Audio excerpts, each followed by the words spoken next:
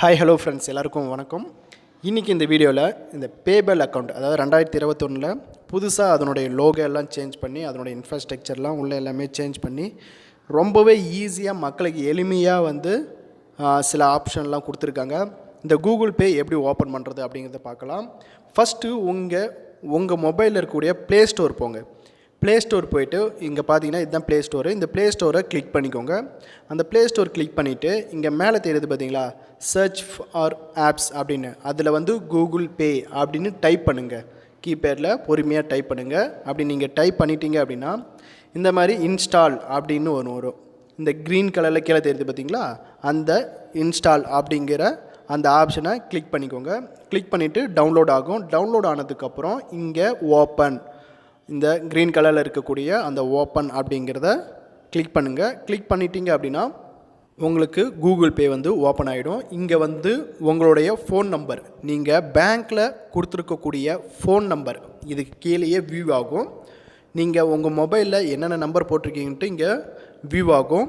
அந்த phone number இந்த இடத்துல என்ட்ரி பண்ணிக்கோங்க. நீங்கள் பேங்க்கில் கொடுத்த நம்பர், ஃபோன் நம்பர், அதை நீங்கள் இங்கே என்ட்ரி பண்ணிக்கோங்க. நெக்ஸ்ட்டு உங்களுக்கு இந்த மாதிரி லாங்குவேஜ் செலக்ட் பண்ணக்கூடிய ஆப்ஷன் வரும்.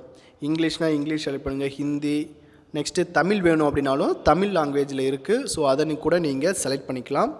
ஸோ கிளிக் பண்ணிவிட்டு நெக்ஸ்ட்டு நம்ம பார்த்தோம் அப்படின்னா உங்கள் மொபைலில் ஒரு மெயில் அக்கௌண்ட் இருக்கும். அந்த மெயில் அக்கௌண்ட்டு இங்கே வியூ ஆகும் வித் ஃபோன் நம்பரோட. அதை பார்த்துக்கோங்க. நெக்ஸ்ட்டு கீழே அக்செப்ட் அண்டு கண்டினியூ அப்படிங்கிற இந்த ஆப்ஷன் இருக்கும். அந்த ஆப்ஷனை கிளிக் பண்ணிக்கோங்க. அதை கிளிக் பண்ணிட்டீங்க அப்படின்னா உங்களுக்கு உங்கள் மொபைல் நம்பருக்கு, நீங்கள் எந்த மொபைல் நம்பர் கொடுத்தீங்களோ அந்த மொபைல் நம்பருக்கு ஒரு ஓடிபி வரும். ஒரு 6 டிஜிட் ஓடிபி வரும். அதை இந்த இடத்துல என்ட்ரி பண்ணிக்கோங்க.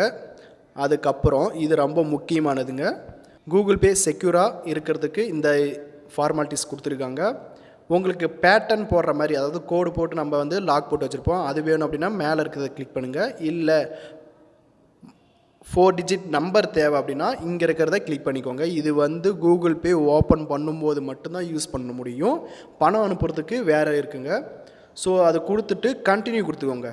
நீங்கள் எப்பப்பெல்லாம் கூகுள் பே அக்கௌண்ட் ஓப்பன் பண்ணுறீங்களோ அப்போல்லாம் இந்த 4 டிஜிட் நம்பர் போட்டதுக்கப்புறம் தான் நம்ம பண்ண முடியும். ஸோ 2 டைம் கொடுக்குற மாதிரி இருக்கும். ஃபஸ்ட்டு டைம் செட் பண்ணிக்கணும். நெக்ஸ்ட்டு அதே மாதிரி கன்ஃபார்ம் செட் அப்படின்னு கேட்கும், பின் நம்பர் அகைன் அதே மாதிரி கொடுக்கணும்.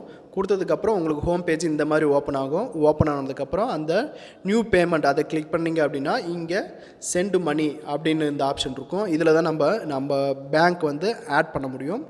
இந்த சென்ட் மணி அப்படிங்கிறத கிளிக் பண்ணிக்கோங்க. அதை கிளிக் பண்ணிட்டீங்க அப்படின்னா நமக்கு பேங்க் ஆட் பண்ணிக்கலாம். இதில் கிட்டத்தட்ட 140க்கு மேலே பேங்க் நம்ம ஆட் பண்ணக்கூடிய ஆப்ஷன் இருக்குது. நீங்கள் எந்த பேங்க்கை யூஸ் பண்ணுறீங்களோ அந்த பேங்க்கை இந்த சர்ச் பேங்க்னு இருக்குது பார்த்தீங்களா, இந்த இடத்துல நீங்கள் டைப் பண்ணுங்கள். சர்ச் பேங்க் அப்படிங்கிறதுல இந்த இடத்துல நீங்கள் டைப் பண்ணிங்க. இப்போ இந்தியன் பேங்க் அப்படின்னா இந்தியன் பேங்க் அப்படின்னு டைப் பண்ணுங்கள். இல்லை அப்படின்னா அதுக்கு கீழே பார்த்தீங்கன்னா கிட்டத்தட்ட 140க்கு மேலே பேங்க் நிறையா இருக்குது. அது எல்லாமே ஸ்க்ரால் பண்ணிங்க அப்படின்னா ஒவ்வொன்றா உங்களுக்கு அழகாக வரும்.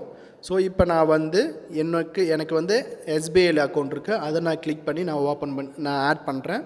ஸோ பொறுமையாக ப்ராசஸ் பண்ணுங்கள், ரொம்ப அவசரப்பட வேணாம். நெக்ஸ்ட்டு நீங்கள் பேங்க் செலக்ட் பண்ணிவிட்டு இப்போ அடுத்ததாக அந்த பேங்க்கில் எந்த நம்பர் கொடுத்துருக்கீங்க, சிம் 1ல் போட்டிருப்பீங்க, இல்லை சிம் 2ல் போட்டிருப்பீங்க, அது உங்களுக்கு தான் தெரியும். சிம் 1னா சிம் 1 கொடுங்க, இல்லை சிம் 2னா சிம் 2 கொடுங்க. இது பேங்க்கில் கொடுத்துருக்கக்கூடிய நம்பர், அதை தான் நீங்கள் செலக்ட் பண்ணணும். செலக்ட் பண்ணதுக்கப்புறம் நீங்கள் இந்த நம்பர் தான் கொடுத்துருக்கீங்களா அப்படின்னு இங்கே வெரிஃபை ஆகும். வெரிஃபையிங் நம்பர் வந்ததுக்கப்புறம் இங்கே பார்த்தீங்க அப்படின்னா ஸ்டேட் பேங்க் கடைசியாக ஒரு 4 டிஜிட் நம்பர் இருக்கும்.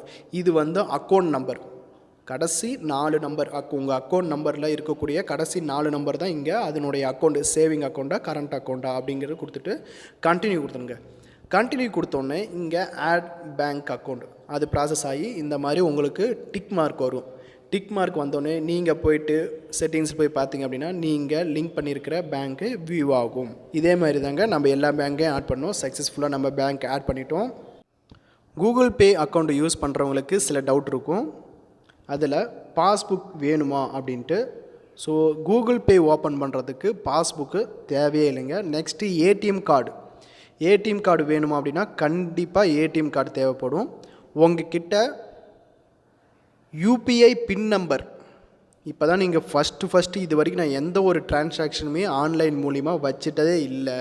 இப்போ தான் நான் first Google Pay account open பண்ணி நான் வந்து அமௌண்ட்டு ட்ரான்ஸ்ஃபர் பண்ண போகிறேன், ஆன்லைனில் ட்ரான்ஸ்ஃபர் பண்ண போகிறேன் அப்படின்னா கண்டிப்பாக ஏடிஎம் கார்டு வேணும். Next phone number. இப்போ ஒருத்தவங்களுக்கு நீங்கள் அக்கௌண்ட் ஓப்பன் பண்ணுறீங்க அப்படின்னா உங்ககிட்ட எந்த ஒரு அக்கௌண்ட்டுமே இருக்காது, ஆனால் உங்கள் அப்பா பேர்லேயோ இல்லை மற்றவங்க பேர்லேயோ இருக்கும். அவங்க பேங்க்கை லிங்க் பண்ணும்போது அவங்களுடைய நம்பர் கண்டிப்பாக தேவை. அவங்க எந்த நம்பர் பேங்க்கில் கொடுத்துருக்காங்களோ அந்த நம்பர் கண்டிப்பாக இருந்தால் தான் இது ஓப்பன் பண்ண முடியும்.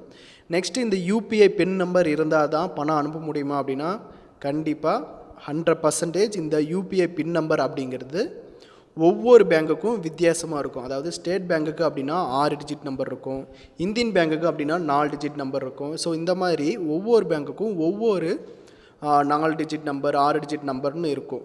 அந்த பின் நம்பர் இருந்தால் மட்டும்தான் நம்மளால் பணம் அனுப்பக்கூடிய நேரத்தில் இந்த பின் நம்பர் என்ட்ரி பண்ணால் தான் நம்மளால் பணம் அனுப்ப முடியும். ஸோ ஏடிஎம் கார்டு இருந்தால் தான் அந்த பின் நம்பரை நம்ம க்ரியேட் பண்ண முடியும்.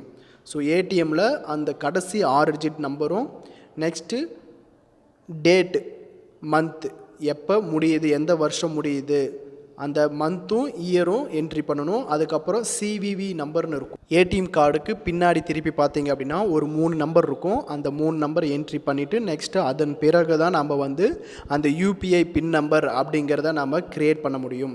ஸோ இந்த சில சந்தேகங்கள் வந்து நிறைய பேர்த்துக்கு இருக்குது. ஸோ இதன் மூலிமா தெளிவாக உங்களுக்கு தெரிஞ்சிருக்கும். நன்றி. நம்ம சேனலுக்கு சப்ஸ்கிரைப் பண்ணல அப்படின்னா மறக்காமல் சப்ஸ்கிரைப் பண்ணிடுங்க. பக்கத்தில் இருக்க அந்த பெல் பட்டனை கிளிக் பண்ணிக்கோங்க. ஆல் அப்படிங்கிற ஆப்ஷனை செலக்ட் பண்ணிக்கோங்க. நன்றி.